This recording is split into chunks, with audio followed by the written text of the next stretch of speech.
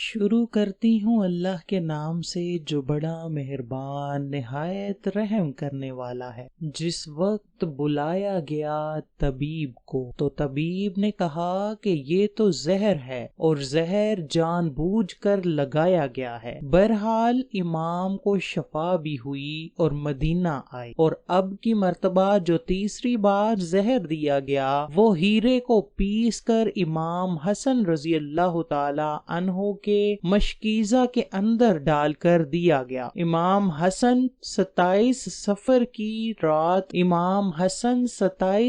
की रात सोए हुए थे। अचानक नींद से बेदार हुए तो हजरत ज़ैनब रजी अल्लाह ताला अन्हा इबादत में मसरूफ थीं। आपने नींद से बेदार होकर हजरत ज़ैनब को आवाज दी और हजरत ज़ैनब इमाम की तरफ मतवज्जा हुई। हजरत हसन रजी अल्लाह ताला अन्हु फरमाने लगे कि मैंने ख्वाब में नाना जान और अम्मी और अब्बा जान को देखा है कि वो मुझे जन्नत की सैर करवाते हैं। मैंने नाना जान से अर्ज किया कि आप मेरे हालात से बाखबर हैं। मुझे तमाचे लगाए गए हैं, मेरे पैरों तले से मुसल्ला खींचा गया है, कितना सताया गया है। मेरे सामने उस वक्त मदीने में मेरे वालिदैन को गाली दी जाती है। या रसूल अल्लाह, मैं उस दौर से गुजर रहा हूँ। आका सल्लल्लाहु अलैहि वसल्लम ने फरमाया कि सब्र करो, तुम बहुत जल्द हमसे आकर मिलने वाले हो। इमाम हसन ने एक और ख्वाब देखा कि आपकी पेशानी पर कुल हुवल्लाह शरीफ लिखी हुई है। ये ख्वाब जब लोगों ने सुना तो खुश हुए, लेकिन आपके शागिर्द सईद इब्ने मुसीब ने सुना तो आपने फरमाया कि मौला, अगर ये ख्वाब की ताबीर पूरी हो गई तो समझ लीजिए आप बहुत जल्द दुनिया से जाने वाले हैं। कुछ ही दिन बचे हैं। ये ख्वाब तो था ही, सब लर्जे हुए थे। इस ख्वाब ने और लर्जा दिया। इमाम हसन ने कहा कि बहन, मैंने ख्वाब देखा। हजरत ज़ैनब ने पूछा कि ये कैसा ख्वाब है। इमाम ने मशकीज़ा लाने का कहा और मशकीज़े से जब पानी पिया तो मशकीज़े में मौजूद जो हीरा पीस कर डाला गया था वो आपके पेट में चला गया। रवायतों में आता है कि मौरखीन लिखते हैं कि आपके कलेजे के 72 टुकड़े हुए, बाज ने लिखा है कि 80 टुकड़े हुए, बाज ने लिखा है कि आपकी आंतों और कलेजे के 100 से ज्यादा टुकड़े हुए। जब आप कह करते तो वो टुकड़े होकर गिरते। सोचिए जरा, ये हीरा क्या होता है। इसको कांच पर चलाएं तो कांच कट जाता है। यजीद सिर्फ कातिले हुसैन ही नहीं है बल्कि कातिले हसन भी है। इस पर तो सब इत्फाक करते हैं कि साजिश यजीद की थी, लेकिन जहर दिया किसने, इस पर तारीख खामोश है। हजरत मौलाना हसन बरेलवी रहमतुल्लाह अलैह ने एक औरत का नाम लिखा है, लेकिन मुफ्ती जलालुद्दीन इस पर खामोशी का हुक्म देते हैं। मौरखीन इसमें इतने उलझे हुए हैं कि कोई वाज़िया मौक़िफ़ पेश नहीं किया जाता, लेकिन पढ़े लिखे लोग हैं, इनके लिए एक बात है कि जहर देने वाला कौन है। जिस वक्त टुकड़े होकर गिरने लगे तो इमाम ने हजरत हुसैन को बुलाने का हुक्म दिया ताकि कुछ नसीहत कर दूं। हजरत हुसैन आए और हालत देखकर गले मिलकर खूब रोने लगे। भाई बताओ,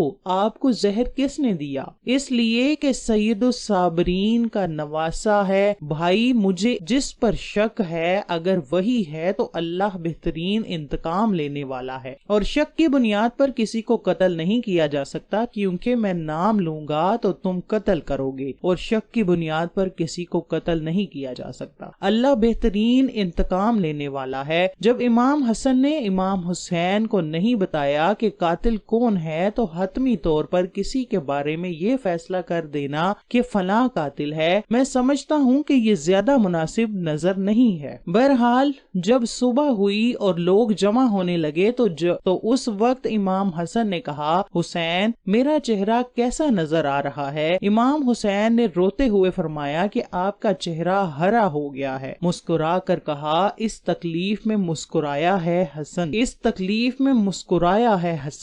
तकलीफ में लोग सारी खुशियां लोगों की छिन जाती हैं। हसन मुज्तबा ने जब सुना कि मेरा चेहरा हरा हो गया है तो फरमाया, हुसैन, یاد ہے نانا کی حدیث معراج مکمل ہو گئی ہے۔ لوگوں نے پوچھا کہ حدیث معراج کیا ہے؟ فرمایا کہ جب میرے حضور معراج پر گئے تھے اور ہماری پیدائش بھی نہیں ہوئی تھی تو نانا معراج پر جنت کی سیر کر رہے تھے تو جنت میں 2 محل دیکھے، ایک ہرا تھا اور ایک لال تھا۔ اس وقت رضوان جنت نے کہا کہ یا رسول اللہ، جاتے جاتے اپنے شہزادوں کے محل بھی دیکھ جائیں جن سے پوری جنت کا حسن دوبالا ہو جاتا ہے۔ حضور نے فرمایا کہ یہ ہرا کس کا ہے اور لال کس کا ہے؟ کہا کہ لال تو حسین کا ہے اور ہرا حسن کا ہے۔ میرے حضور نے پوچھا کہ رضوان یہ تو بتاؤ کہ حسن کا ہرا کیوں ہے اور حسین کا لال کیوں؟ تو رضوان کی گردن جھک گئی اور آنکھوں میں آنسو آ گئے۔ اہل بیت کی محبت میں رضوان جنت بھی روتا ہے، جبکہ جنت میں کوئی رو نہیں سکتا۔ جنت وہ ہے جہاں رویا نہیں جاتا، لیکن یہ شہادت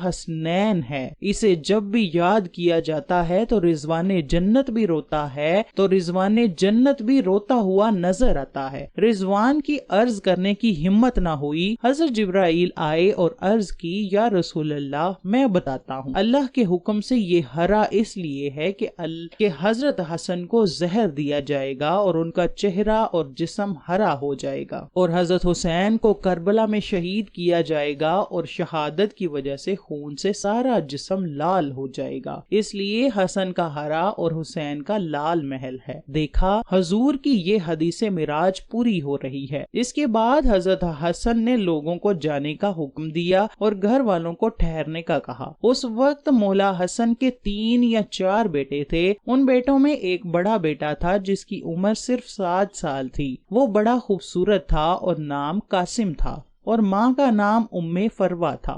فروا قاسم کے سر پر ہاتھ پھیرتی اور اپنے شوہر کی طرف دیکھتی، گویا ان کے سامنے اپنی بے کسی گھوم رہی تھی۔ ہائے بے کسی، ہائے بے کسی، ہائے بے بسی، لیکن زبان سے کچھ نہ کہہ سکتی تھی۔ جب سب لوگ چلے گئے حتیٰ کہ کوئی نہ بچا تو حضرت حسن نے اپنے بازو پر بندے تعویذ کو کھولنے کا حکم فروا کو دیا۔ تعویذ کھولا اور کھول کر حضرت حسن نے کہا کہ میرے بیٹے قاسم کو میرے پاس لاؤ۔ اپنے ہاتھوں سے وہ تعویذ بیٹے کے بازو پر باندھ دیا اور فرمایا، بیٹا ایک وقت آئے گا جب تو شدید مصیبت میں گرفتار ہو جائے گا، اس وقت یہ تعویذ کھول کر دیکھ لینا۔ اس کے بعد حضرت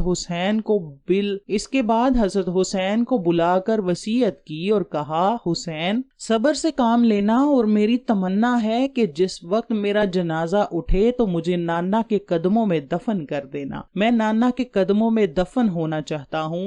امام علی شان مقام 28 صفر کو، ایک روایت کے مطابق 29 صفر کو اور ایک روایت کے مطابق 5 ربیع الاول کو شہید ہوئے۔ اس طرح سے آپ کا پورا جسم ہرا ہو چکا تھا اور اندر کی آنتوں کے ٹکڑے کہہ کی صورت میں باہر گرے ہوئے تھے۔ حضرت حسن کی شہادت ہوئی تو آپ کی تجہیز و تدفین کے لیے جنازہ اٹھایا گیا، لیکن یہ بھی تاریخ کا بدترین باب ہے کہ جب جنازہ باہر لے کر آئے اور حضور کے روزے مبارک میں حضرت حسن کو دفن کرنا چاہتے تھے تو بنو امیہ کے وہ غلیظ، جسے دنیا مروان کہتی ہو، بدترین آدمی جس پر میرے آقا نے لعنت کی ہو، اس نے کہا کہ میں ان کو دفن نہیں ہونے دوں گا۔ امام حسین نے کہا کہ میرے بھائی کی وصیت ہے کہ میں دفن کروں گا، یہاں تک کہ مورخین نے لکھا ہے کہ اس ظالم نے کمان سے تیر نکالا اور امام حسن کے لاشے پر چلانا شروع کر دیا۔ ایک بندہ جو شہید ہو چکا ہے۔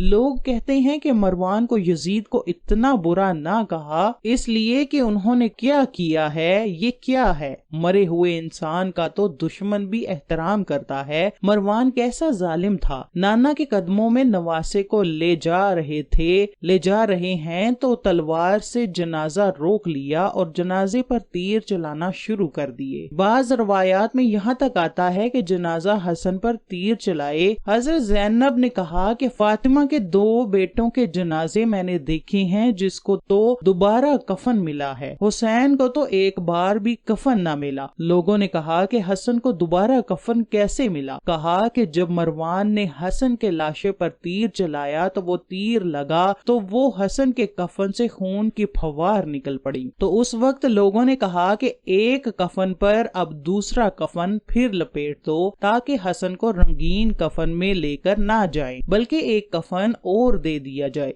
ये भी हजरत हसन की करामत है कि विसाल के बाद भी तीर लगा तो आपके जिस्म से खून निकला। सुभान अल्लाह। किसी ने इमाम हुसैन से कहा कि शहजादा हसन की ये वसीयत थी कि मुझे हजूर के कदमों में दफन करें, लेकिन उन्होंने